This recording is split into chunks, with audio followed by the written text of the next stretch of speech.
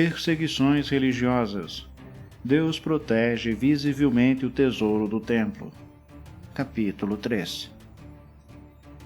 Enquanto os habitantes de Jerusalém gozavam de uma paz perfeita por causa da piedade e retidão do sumo sacerdote Onias, na exata observância das leis, o templo era respeitado, mesmo pelos reis estrangeiros.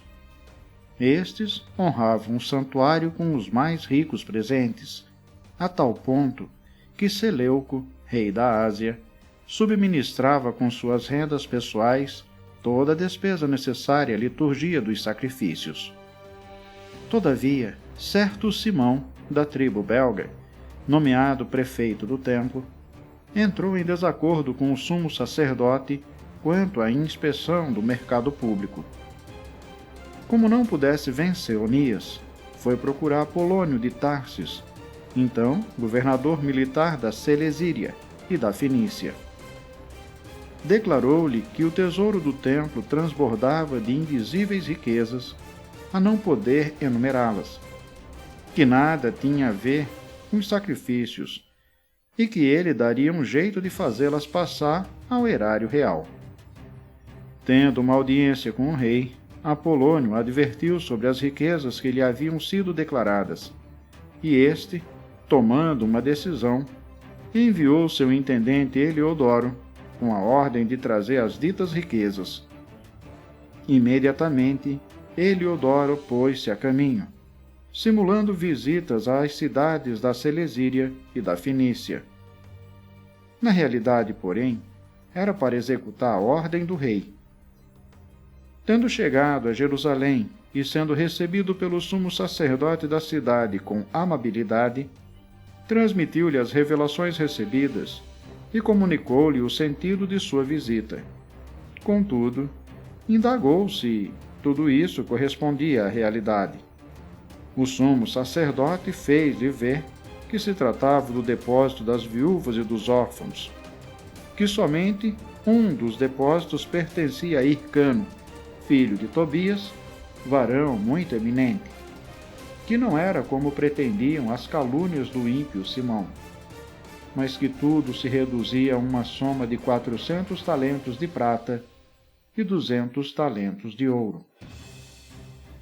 Era completamente impossível defraudar o que haviam depositado confiança na santidade do lugar e no caráter sagrado e inviolável do templo venerado no mundo inteiro. Firme nas ordens do rei, Heliodoro respondeu que essas riquezas deviam ser transportadas absolutamente para o tesouro real e, num dia por ele fixado, entrou com a intenção de organizar o inventário. A partir dessa hora, uma grande inquietude se espalhou pela cidade toda. Revestido de suas vestes sacerdotais e prostrados diante do altar, os sacerdotes suplicavam ao céu e imploravam ao autor da lei acerca dos depósitos, rogando-lhe que os conservasse intactos para aqueles que lhos tinham confiado. Já o aspecto do sumo sacerdote causava pena ver. Do mesmo modo, seu semblante e a alteração de seus traços manifestava sua angústia interior. O susto que o havia tolhido agitava seu corpo com um tremor que mostrava o sofrimento íntimo de sua alma. Diante da profanação que ameaçava o templo, o povo se precipitava em multidão para fora das casas, a fim de se ajuntarem à prece comum. As mulheres, cingidas com sacos pela altura dos seios, enchiam as ruas, e quanto às jovens, retidas nas casas, corriam umas para as portas, outras para as muralhas, outras ainda se debruçavam nas janelas. Todas erguiam as mãos para o céu com gritos de súplica. Causava dó observar toda a confusão desse povo abatido e a angústia em que jazia o sumo sacerdote. Enquanto suplicavam assim a proteção do Todo-Poderoso para que conservasse invioláveis os depósitos que lhes haviam sido confiados, Heliodoro executava o seu intento. Já se achava ali, com seus homens armados, quando o Senhor dos Espíritos e soberano detentor de todo o poder suscitou uma tal aparição que todos que haviam ousado vir ali desfaleceram de espanto, atingidos de pavor ante a majestade de Deus. Viram eles, montado num cavalo ricamente ajaezado e guiado furiosamente, um cavaleiro de terrível aspecto, que lançava em Heliodoro as patas dianteiras do cavalo. O que vinha nele montado parecia ter uma armadura de ouro. Ao mesmo tempo, apareceram-lhe outros 2 jovens, cheios de força extraordinária, fulgurantes de luz, ricamente vestidos. Colocando-se dos 2 lados, puseram-se eles a açoitá-lo sem interrupção e descarregaram sobre ele uma saraivada de golpes. Atirado logo por terra, Heliodoro foi envolvido por espessas trevas. Seus companheiros ergueram-no e depositaram-no numa liteira. E ele, que vinha para penetrar no mencionado tesouro, com uma escolta numerosa e guardas pessoais, incapaz de se ajudar a si mesmo, foi levado por pessoas que reconheciam o manifesto poder de Deus. Enquanto ele se achava estendido e ferido pela força de Deus, sem fala e sem esperança alguma de salvação, os habitantes de Jerusalém bendiziam o Senhor que havia glorificado o seu templo. O santuário, que pouco antes estava cheio de confusão e de tumulto, logo que o Senhor manifestou sua onipotência, encheu-se de regozijo e de alegria. Todavia, alguns dos companheiros de Heliodoro suplicavam logo a Onias que rezasse ao Todo-Poderoso para restituir-lhe a vida, prestes, na verdade, a apagar-se. Receando que o rei suspeitasse de que os judeus houvessem organizado um atentado contra Heliodoro, o sumo sacerdote ofereceu um sacrifício por ele. Ora, enquanto o pontífice executava a cerimônia expiatória, os mesmos jovens apareceram a Heliodoro, revestido das mesmas vestes. Achegaram-se a ele e disseram-lhe: "Sê reconhecido ao sumo sacerdote, porque é por causa dele que Deus te dá a vida. Proclama diante de todos seu grande poder, tu que foste açoitado por Deus." Ditas essas palavras, desapareceram. Após ter oferecido um sacrifício ao Senhor, erguido abundantes preces ao que lhe havia poupado a vida, e agradecido a Onias, Heliodoro regressou com suas tropas para junto do rei. Testemunhava diante de todos os prodígios operados pelo grande Deus aos seus olhos. E como o rei lhe perguntasse que homem julgava ele que pudesse enviar ainda uma vez a Jerusalém, respondeu: "Se tens algum inimigo, ou alguém que maquina contra ti, envia-o para lá, e encontrá-lo-ás ferido, se ainda viver, porque há verdadeiramente naquele lugar uma força divina.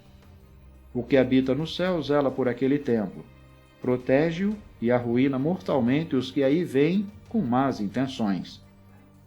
Foi assim que se passaram estas coisas a respeito de Heliodoro e do tesouro sagrado que foi protegido. O dito Simão, delator do tesouro e de sua pátria, caluniava Onias dizendo que era ele quem se tinha lançado sobre Heliodoro, e que era ele o autor de seus males. Ousava chamar de inimigo do Estado o benfeitor da cidade, o defensor de seus concidadãos, um ardoroso observante das leis. Este ódio foi tão longe que um dos partidários de Simão cometeu até mesmo assassinatos. Considerando o lado lamentável dessa questão, e vendo o governador da Celesíria, Apolônio, filho de Menesteu, excitar a malícia de Simão, dirigiu-se Onias para junto do rei, não que ele tivesse a intenção de acusar seus concidadãos, mas para advertir acerca dos interesses públicos e privados de todo o seu povo. Via muito bem que, sem uma intervenção do rei, seria impossível restabelecer a paz e pôr termo aos desatinos de Simão. Jasão, o usurpador do pontificado. Após a morte de Seleuco e tendo subido ao trono Antíoco Epífanes, Jasão, irmão de Onias, usurpou fraudulentamente o cargo de sumo sacerdote. Numa entrevista com o rei, ele lhe prometeu 360 talentos de prata e 80 talentos excedentes. Prometia-lhe, além disso, pagar outros 150 talentos se lhe fosse dado o poder de fundar um ginásio e uma efebia e de receber as inscrições dos antioquenos de Jerusalém. Jasão favorece o helenismo. O rei consentiu. Logo que subiu ao poder, Jasão arrastou seus concidadãos para o helenismo. Apesar dos privilégios obtidos do poder real por João, o pai de Eupolemo, que foi enviado aos romanos para concluir um pacto de aliança e de amizade, ele introduziu ímpios costumes, desdenhando as leis nacionais. Foi com alegria que fundou um ginásio ao pé da própria Acrópole, alistou os mais nobres jovens e os educou ao Pétaso. Por causa da perversidade inaudita do ímpio Jasão, que não era de modo algum pontífice, obteve o helenismo tal êxito e os costumes pagãos uma atualidade tão crescente que os sacerdotes descuidavam o serviço do altar, menosprezavam o templo, negligenciavam os sacrifícios, corriam fascinados pelo disco a tomar parte na palestra e nos jogos proibidos. Não faziam caso das honras da pátria e amavam muito mais os títulos helênicos. Foi por essa razão que logo uma atmosfera penosa os cercou, porque naqueles mesmos, cuja forma de vida invejavam e a quem ambicionavam igualar-se em tudo, encontraram inimigos e os instrumentos para seu castigo. O seguinte fato mostrará que não foi fácil violar as leis divinas. Como em Tiro se celebrassem os jogos quinquenais, em presença do rei, o ímpio Jasão mandou um grupo de antioquenos de Jerusalém levar 300 dracmas de prata para o sacrifício de Hércules. Mas os próprios portadores acharam a coisa inconveniente e julgaram melhor empregá-las em outras despesas. A vontade de Jasão era de que elas fossem destinadas ao sacrifício de Hércules, mas, por causa dos que as levavam, foram destinadas à construção das galeras. Tendo sido enviado ao Egito Apolônio, filho de Menesteu, por ocasião da posse do rei Filomentor, soube Antíoco que este rei se lhe tornara hostil e procurou pôr-se em segurança. Veio, pois, a Jope e de lá dirigiu-se a Jerusalém. Recebido magnificamente por Jasão e por toda a cidade, fez sua entrada à luz de fachos entre aclamações. Depois disso, transportou o seu acampamento para a Fenícia.